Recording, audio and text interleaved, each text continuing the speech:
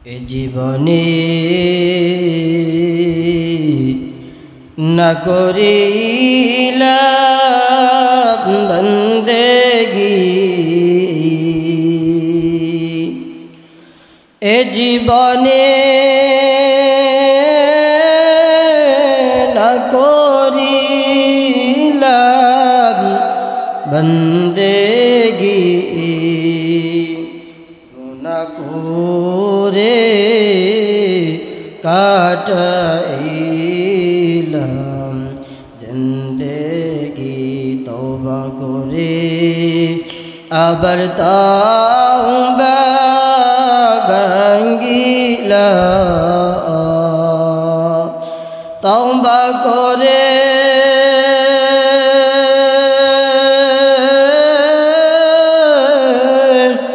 আবার তওবা ভাঙ্গিলাম।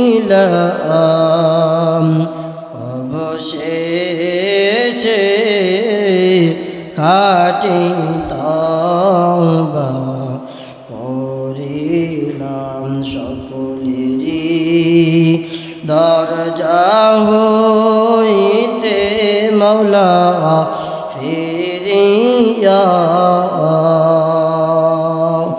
সকলেরই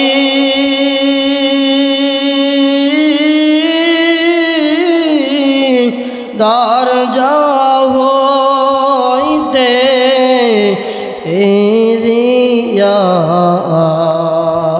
আপনার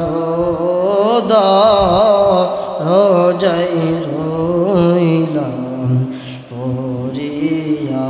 আপনি যদি মাফ না করেন বান্দারে, বলেন আপনার বান্দা যাবে কার কাছে? আদর করিয়া মানুষ আল্লাহ বানায়া, আদর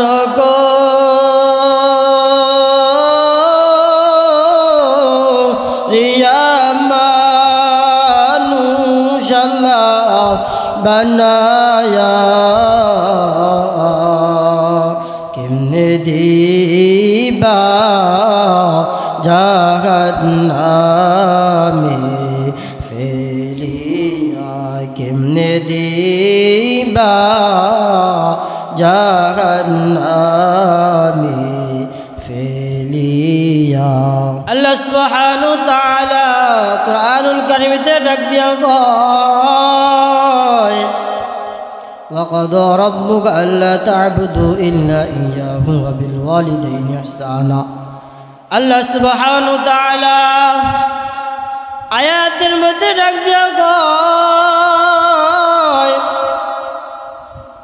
এ গোলাম আমি আল্লাহ সুবহানাহু ওয়া তাআলার ইবাদত করো, আমি আল্লাহ সুবহানাহু ওয়া তাআলার উপাসনা করো রে বান্দা, আমি রবের ইতাআত করো, আমি রবের ইবাদত করার পর তোমার মা তোমার বাবা তোমার মার খেদমত করো। তুমি তোমার মার সাথে এমনভাবে আখলাক করো, তুমি তোমার মার সাথে এরকমভাবে কথা বলো। বলে কেমন কথা বলতে হবে? মুফাসসিরিন কেরামরা বলেন, তুমি তোমার মার সাথে নম্র ভদ্র সাথে আখলাকের সাথে কথা বলতে হবে। তুমি যদি তোমার মাকে এই বলা বলার সঙ্গে ব্যবহার করো, এগুলা তোমার কথা যদি মা মনে কষ্ট পায়, ওই মা মনে কষ্ট পায় যদি শব্দ করে, তাহলে আল্লাহ সুবহানাহু ওয়া তাআলা বলেন তুমি যদি ইবাদত করো, এগুলা তুমি যদি 24 ঘন্টা রবের কুদরতি পায় সিজদায় পড়ে থাকো, তুমি যদি 24 ঘন্টা মালিকের ইতাআত করো, এগুলা তোমার মা ও শব্দ করে, আর যদি তোমার মার মনে কষ্ট হয়, আমি আল্লাহ সুবহানাহু ওয়া তাআলা তোমার 24 ঘন্টার ইবাদত কবুল করব না রে গোলাম। তুমি যদি 24 ঘন্টা আমি মালিকের আদাত করো, আর যদি তোমার মা মানে কষ্ট পায়, আর যদি তোমার মা আমি আল্লাহকে বলে মালিক ও দয়ার আল্লাহ, এই সন্তানকে কত কষ্ট করলাম, 10 মাস 10 দিন গর্ভে ধারণ করলাম, অত সন্তান মনে আঘাত দিছে। আল্লাহ সুবহানাহু ওয়া তাআলা যদি বলে গোলাম তোমার মা যদি ও শব্দ করে, তোমার মার মনে যদি এত কষ্ট হয়, আমি আল্লাহর আরশে আজিম পুরো কাঁপিয়ে ওঠে। দুনিয়াতে যত মা সন্তানের যত দোয়া করে, আসমানে কোনো পর্দা থাকে না, আসমানে কোনো গেট থাকে না, আসমানে কোনো এরকম ভাবে গেটও থাকে না, পদ্ম থাকে না। আমি সুবহানাহু ওয়া তাআলার আরশে আজিম এমন ভাবে খোলা রাখি, কারণ ওই মা সন্তানের জন্য দোয়া করে, আমি আল্লাহ সুবহানাহু ওয়া তাআলার ওই মার দোয়া স্বয়ং আমি আল্লাহর আরশে চলে আসি। ওই মা কেমন জানো, কেমন জানো, কেমন জানো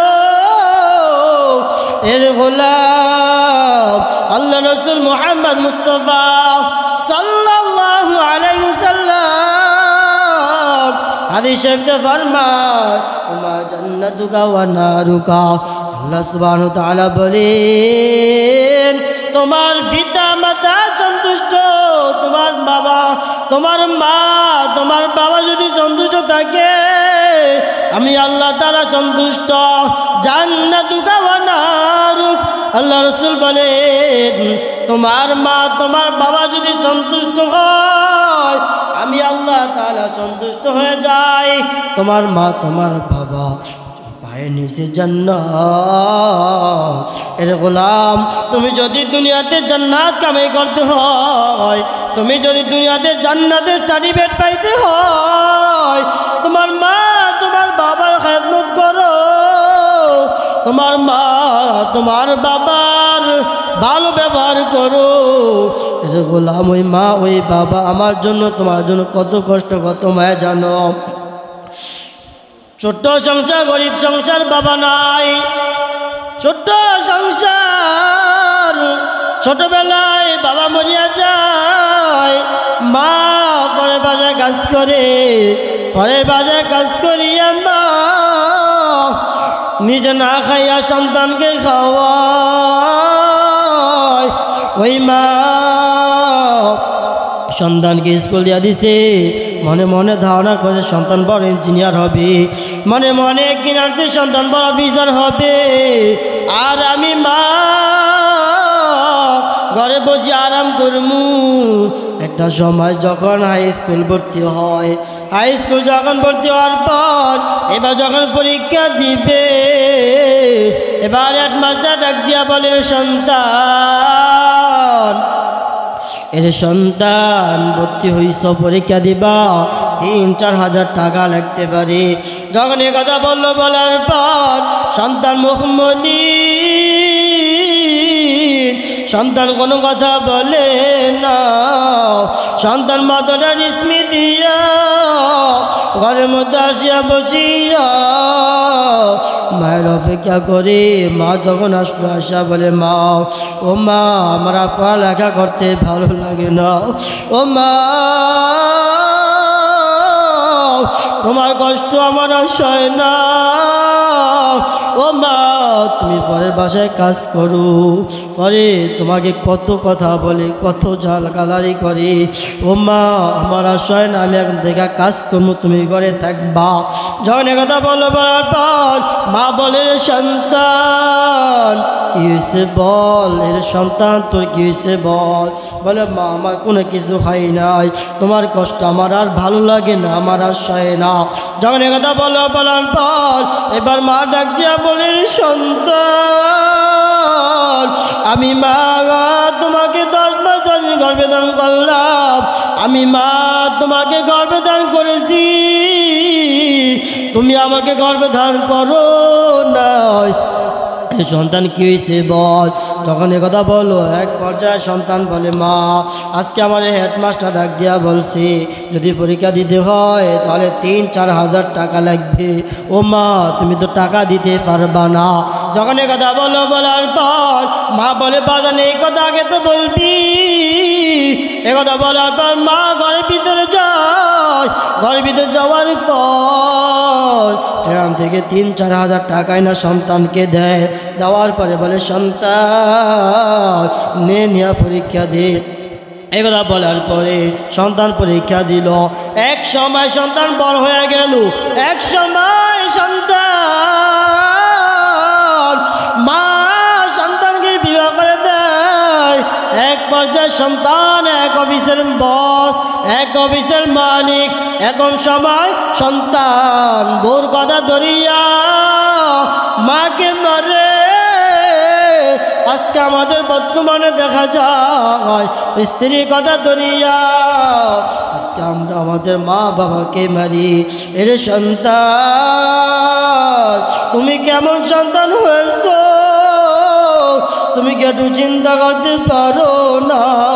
যেই মা নিজে না খাইয়া তোমারে খাওয়াইলো, যেই মা নিজে না ঘুমাইয়া তোমারে ঘুম পাড়াইলো, যেই মা নিজে রাস মিঠা না মিঠাইয়া তোমার বাবা মরিয়া যায়, আর তোমার মা তোমার মধ্যে তাকাইয়া বিবাহ হয় নাই। অথচ আজকে স্ত্রীর কথা ধরিয়া সন্তানের মায়া পড়ি, স্ত্রীর মায়া পড়িয়া আজকে মারে মারো, বাবাকে মারো।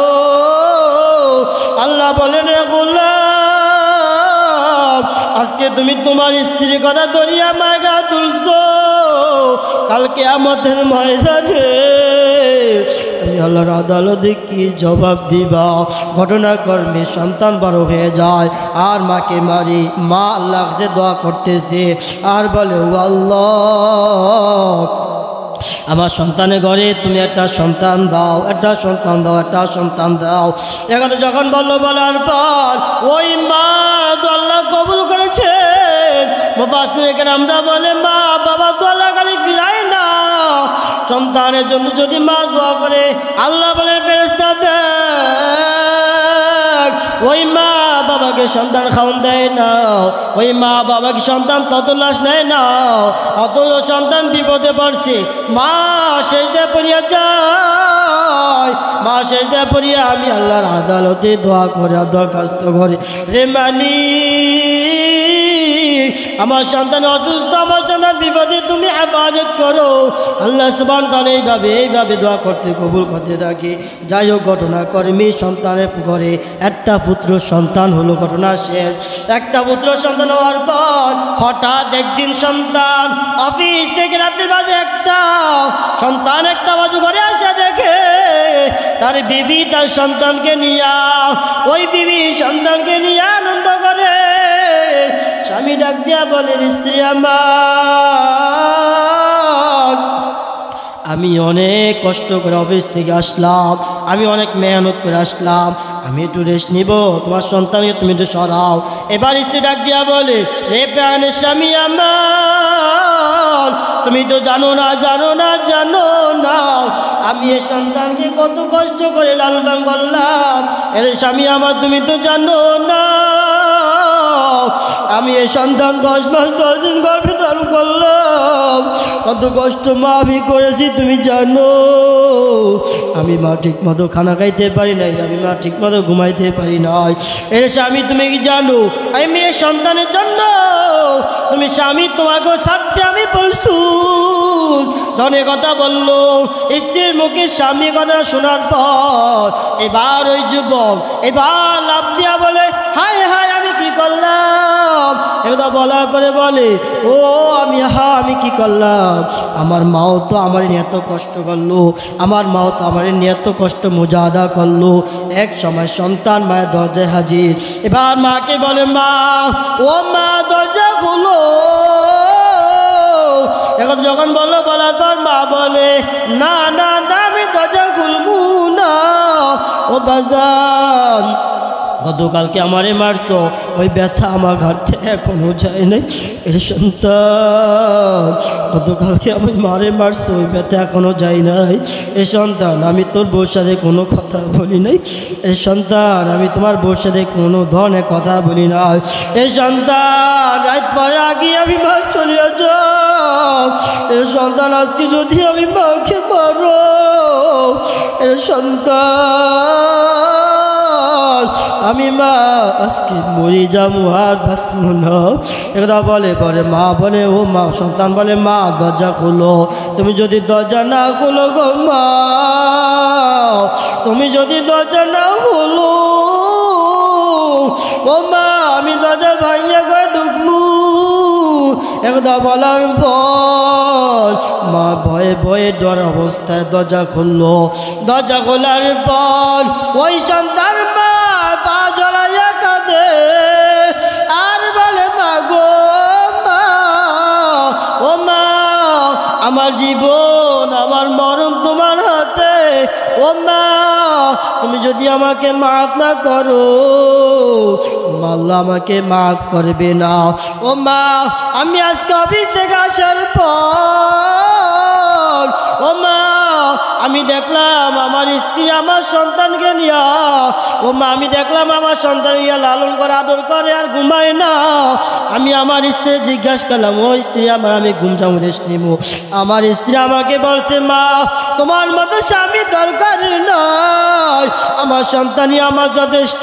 ও মা, আমার স্ত্রী আমাকে নিয়ে, আমার স্ত্রী আমার সন্তানকে নিয়ে যত কষ্ট করেছে, ও মা, তুমি তো আমাকে নিয়ে এর থেকে বেশি কষ্ট করছিলা। ও মা, তুমি যদি মাফ না করো, আল্লাহ আমাকে মাফ করবে না।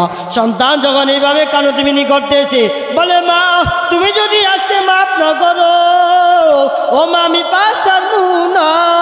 যে কথা বলার পর ওই মা এবার উঠে বুকে নিয়ে বলে, সন্তান, দুনিয়াতে কোনো মা কোনো বাবা সন্তানকে বদুয়া দেয় না।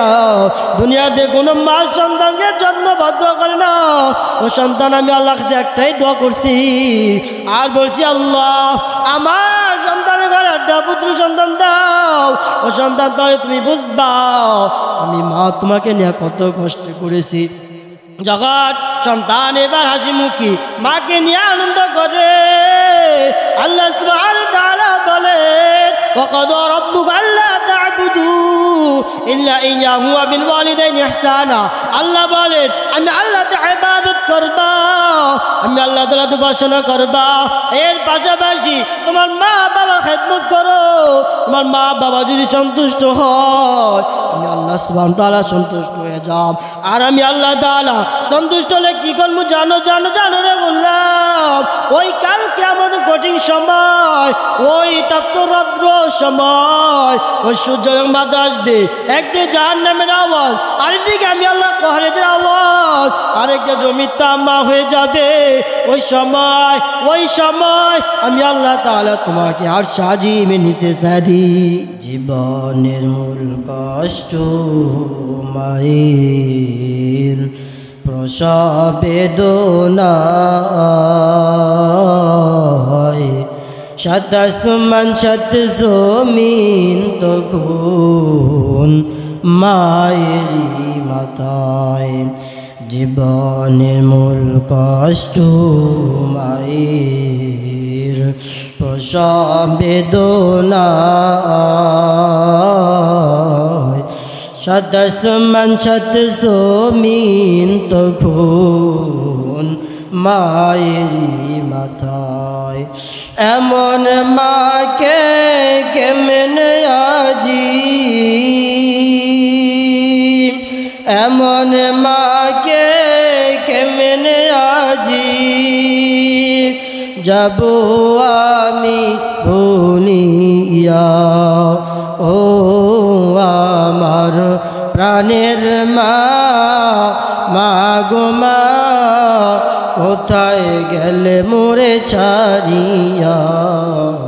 জনম দুঃখী ইয়াতীম আমি, চাই না কেহ ফিরিয়া। মাগো আমি ইয়াতীম বলি সবাই ধেতারাইয়া দুঃখের সাথে দিন কাটাই মা পেট খুদনিয়া ঘুমের ঘরে মাকে দেখে ঘুমের ঘরে মাকে দেখে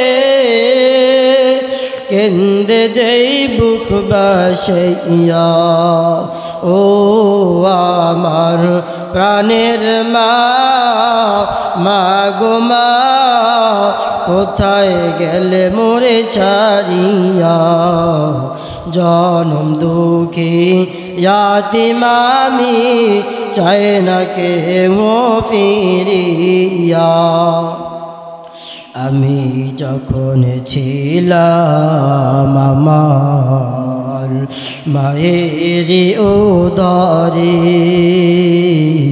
চলাফেরা করলেন যে মায় কত কষ্ট করে আমার সুন্দর মুখ দেখে মায় আমার সুন্দর মুখ দেখে মায় ব্যথা যায় দে আশাইয়া ও আমার প্রাণের মা মা গো মা কোথায় গেলে মোরে ছাড়িয়া জনম দুঃখী ইয়াতীম আমি চাই না কেউ ফিরিয়া